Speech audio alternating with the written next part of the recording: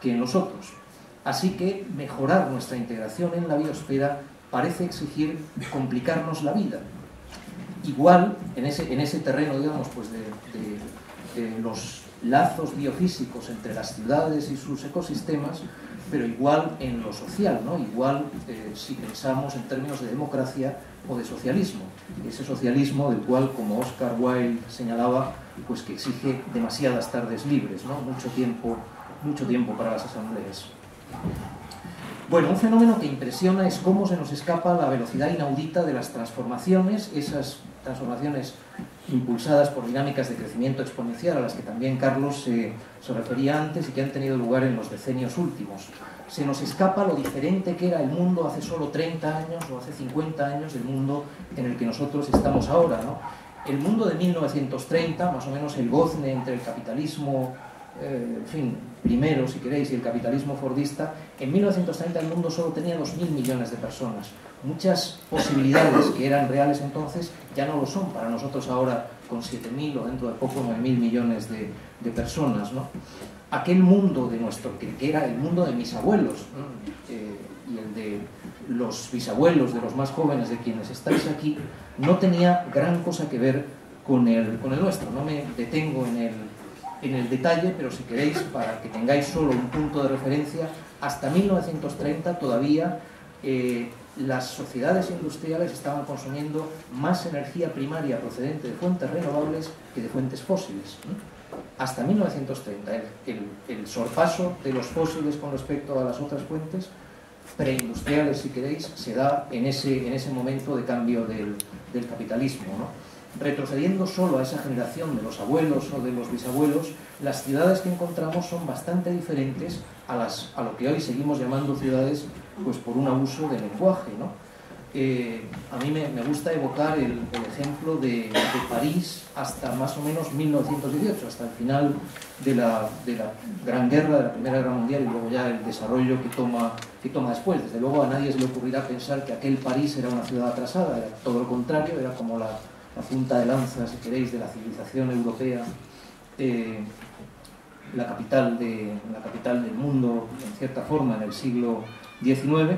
Bueno, pues en París, hasta, ya digo, después de la Primera Guerra Mundial, había tal cantidad de huertos urbanos, por ejemplo, los marais en francés, que se producían cosechas tan abundantes dentro de la ciudad que ésta se autoabastecía en frutas y verduras y todavía quedaba suficiente como para exportar, ¿no? Claro, eso se basaba con un metabolismo biofísico bien diferente, con un sistema de transporte en el cual no había automóviles privados y con una gran cantidad de caballos que proporcionaban constantemente estiércol con el que se fertilizaban esos huertos urbanos, que eran agricultura sumamente intensiva, ecológica, pero absolutamente intensiva, ¿no? Cada año se apilaban hasta 30 centímetros de estiércol de caballo en esos huertos, se recolectaban de 3 a 6 cosechas de frutas y verduras por año, y cada agricultor se podía ganar la vida en 3/4 de hectárea de terreno. Había unas 100.000 toneladas de cosechas de fruta y verdura de alta calidad en ese momento, utilizando cerca de 1 millón de toneladas de abono de caballo. Eso está tan cerca de nosotros en términos históricos como menos de un siglo atrás, ¿no? Por eso quizá nos interesa recordarlo. Cierta densidad, entonces, para una población tan enorme como la que somos, cierta densidad en ciudades. Y hablaba también de la necesidad de agricultura intensiva, pero no puede ser el tipo de agricultura intensiva industrial que se ha desarrollado desde los años 20, 30 del siglo XX, porque eso es absolutamente insostenible. No me detengo en ello, pero es obvio. La manera que tenemos ahora de producir alimentos en las sociedades industriales no tiene ningún futuro, ¿no? Corresponde a un modelo de monocultivos, de control de plagas concebida como una guerra química, y necesita tal cantidad de insumos procedentes en buena medida de combustibles fósiles, pues que no tiene sentido ni planteársela. Nos hace falta pensar en términos de otro tipo de intensificación, una agricultura intensiva en trabajo, intensiva en conocimiento, que por esa vía consiga la producción suficiente de alimentos de calidad. La agricultura ecológica actual constituye un paso importante en esa dirección y más en general pues los trabajos teóricos y prácticos en agroecología apuntan por supuesto a eso, ¿no? No me detengo tampoco en ello, hay multitud de ejemplos, pero no podemos desligarlo del asunto, creo, de ciudades sin petróleo, ¿no? Y luego está el asunto, que también simplemente evoco, por no abusar demasiado del tiempo, el asunto del tipo de socialidad y de riqueza cultural que ha permitido también históricamente pues digamos las ciudades en sus momentos buenos, ¿no? Apuntaba Zygmunt Bauman, el sociólogo pues tan mayor ya y todavía tan lúcido, que una de las cosas más importantes de las ciudades es que han sido, ya digo, en sus momentos buenos, el lugar donde conviven los extraños. Y nada nos resulta más difícil a los seres humanos, ese es, junto con nuestra complicada inserción en la biosfera, el asunto de cómo nos relacionamos con el extranjero, ese es el otro gran tema, diría yo, ¿no? Los dos más importantes a lo largo de toda nuestra historia. Las ciudades han sido un laboratorio formidable para eso, ¿no? Escribía Bauman, por ejemplo, las ciudades fueron siempre lugares donde vivían juntas personas extrañas. Eso es, en el fondo, lo que define a la ciudad, el lugar donde los extraños conviven permanentemente, manteniendo sus diferencias y sin dejar de ser extraños unos para otros. Ahí hay algo también importante que creo que tendríamos que tener en mente, ¿no? Es cierto que ese papel potencialmente civilizador de la ciudad se ve absolutamente degradado y menoscabado en esto que seguimos llamando ciudades en la actualidad, por abuso del lenguaje, pero históricamente pues eso ha sido algo valioso, creo que deberíamos seguir recordando. Bueno, necesitamos, eso lo han propuesto pues urbanistas y filósofos y lo que hoy llamaríamos también ecologistas, aunque entonces no se empleaba esa palabra, como Lewis Mumford. Necesitamos una concepción ecosistémica de la ciudad, eso es como el ABC, sin eso no vamos a ninguna parte, ¿no? Mumford hace ya decenios también, o sea, a partir de los años 30 del siglo XX, señalaba cómo la evolución destructiva de las ciudades ocurre cuando se sobrepasan límites ecológicos, aumenta la velocidad de los movimientos, se destruye complejidad urbana y se degrada la socialidad humana, ¿no? Ha habido demasiada ceguera productivista en el siglo XX y eso se ha incrementado de forma exponencial en los últimos decenios. No podemos seguir permitiéndonoslo, pero quizá rechazar eso no sea exactamente rechazar las ciudades. Algo que igual sorprende por lo menos a alguna gente es que Marx y Engels, por ejemplo, pues daban por hecha, si llegaba a haber una sociedad socialista o comunista, daban por hecha que el antagonismo campo-ciudad tendría que desaparecer. O sea, ni se les ocurría pensar que las ciudades en una sociedad socialista comunista fueran a seguir siendo lo que se había desarrollado en las sociedades industriales que ellos conocieron, ¿no? Escribía Manuel Sacristán, pues yo diría que el mejor pensador marxista que hemos tenido en el siglo XX en nuestro país, decía: tanto Marx como Engels han considerado cosa obvia que en una sociedad socialista las grandes ciudades tienen que ser abolidas. El marxismo vulgar se resistirá a creer que sus clásicos han dicho que las grandes ciudades tienen que ser destruidas, estas grandes ciudades que son el hábitat corriente del proletariado industrial.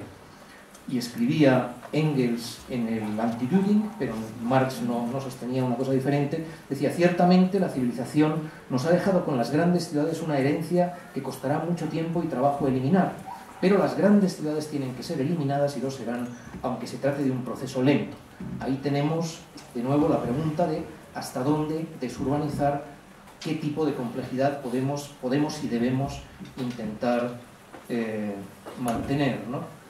Y luego termino leyendo, ya con esto sí que es lo último, termino leyendo unas líneas también de Mike Davis, uno de los pensadores ecosocialistas más lúcidos en la actualidad, en el mundo contemporáneo, que se publicaron en una entrevista con el título, por cierto: las ciudades son la única solución viable para el futuro, ¿no? Y con eso tenemos también dibujado un poco el arco quizá del debate, ¿no? Decía Mike Davis: inevitablemente el mundo se convertirá en un lugar en el que al menos 2/3 partes de la población vivirán en ciudades. Pensad que ahora somos ya más de la mitad. más de la mitad de la población del planeta es urbana, y eso de nuevo es algo inaudito en términos históricos, o sea, no nos damos cuenta cabal de lo que significa. Las ciudades son la única forma de cuadrar el círculo entre las exigencias de igualdad de la humanidad y un nivel decente de vida en un planeta sostenible. El sustituto de un consumo privado o individual más y más intensificado no puede ser otro que el lujo público que ofrece la ciudad. La ciudad genera una riqueza pública o social que no solo viene a sustituir el consumo o la riqueza privada, sino que proporciona también la base de necesidades que no pueden existir ni menos ser satisfechas bajo el capitalismo. Si a la gente se le diera a elegir entre toda la pornografía que uno es capaz de tragarse en toda su vida y el coqueteo con la gente en unos grandes baños públicos, ¿qué elegiría? Dicen, ese es el genio de la ciudad. Y luego pasa a recordar pues, a otros grandes urbanistas que hoy llamaríamos ecologistas, como Patrick Gitz, uno de los grandes amigos de Kropotkin, y toda esa tradición, digamos, pues de urbanismo alternativo, que algunos han llamado utópico en estos decenios últimos, ¿no? Y termina diciendo, hay una conexión directa entre Gitz y Kropotkin y toda una tradición anarquista, parcialmente olvidada, de reflexión sobre el espacio urbano autogestionado, sobre las ciudades autogobernadas y sobre el modo de funcionamiento medioambiental de las ciudades. Dice, no hay otra solución posible. Comerciar con créditos de emisiones de carbono a través del mercado no salvará la Tierra. Sí lo hará la construcción de ciudades que sean verdaderas ciudades en el sentido más profundo de la palabra. Lo hará la creación de una igualdad de goce y lujo público, y el reconocimiento de que el consumo se ha convertido en una patología galopante que nos envenena a nosotros y a nuestros hijos. Bueno, lo dejo aquí, quería aprovechar para sugerir algunas cuestiones, y por lo demás pues ahora Emilio tiene también otras sugerencias para poner sobre la mesa. Pues muchísimas gracias, Jorge. Teníamos preparado una serie de puntos para incentivar el debate colectivo, la verdad es que has tocado casi todos, así que voy a limitarme a una cuestión nueva para añadir y luego se abre el debate general.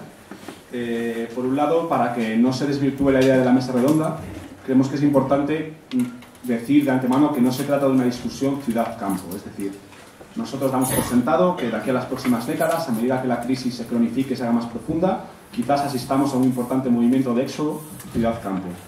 Es decir, como un espejo invertido a este lado de la curva de Hoover que vimos con Pedro por la mañana, ¿no? Pues todos los procesos se van a dar de manera similar pero al revés, y quizás haya mucha gente que vuelva a los pueblos, como pasó en los 60, pero al revés. También damos por sentado que, como en toda época de crisis profunda, en el mundo rural, si se tienen recursos es importante, quizás la vida sea más llevadera.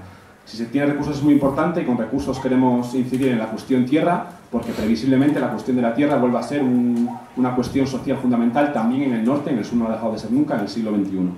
Pero bueno, independientemente de todo esto, nos resulta indudable, como comentaba Jorge, que las ciudades seguirán existiendo, que concentrarán volúmenes de población enormes y que tendrán un peso social central. Por lo tanto, es importante pensar específicamente en ellas.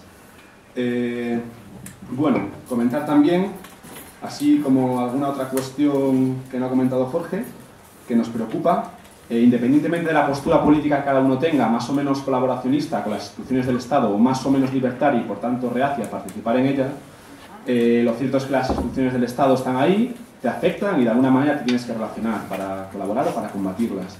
El marco institucional de la ciudad nos parece que es un marco que, a diferencia de las localidades más pequeñas del mundo rural, donde se facilita quizás una relación más directa, pues es más inaccesible, su dinámica interna mucho más viciada y su papel, independientemente de quién gobierne, y nosotros lo sabemos perfectamente, mucho más asfixiante, ¿no? Entonces es interesante también pensar en las dificultades políticas de la articulación de un movimiento de transición en la ciudad. Por último, a pesar de todas las dificultades, pensamos que también existen ventajas. La primera y más obvia, lo ha comentado Jorge, la mayoría de la gente actualmente, bueno, no la mayoría, la mitad, pero en nuestro contexto cotidiano, la mayoría de la gente vivimos en ciudades, o en esto que llamamos ciudades que ya no lo son, y bueno, pues implicarte en un movimiento en transición en la ciudad hace que puedas participar de un proceso de transformación de este signo sin necesidad de un paso rupturista a nivel biográfico y vital, como ese famoso irse al campo, ¿no? Que es de primeras muy difícil, materialmente complicado, bueno, por muchas cuestiones, tanto psicológicas como materiales, etc.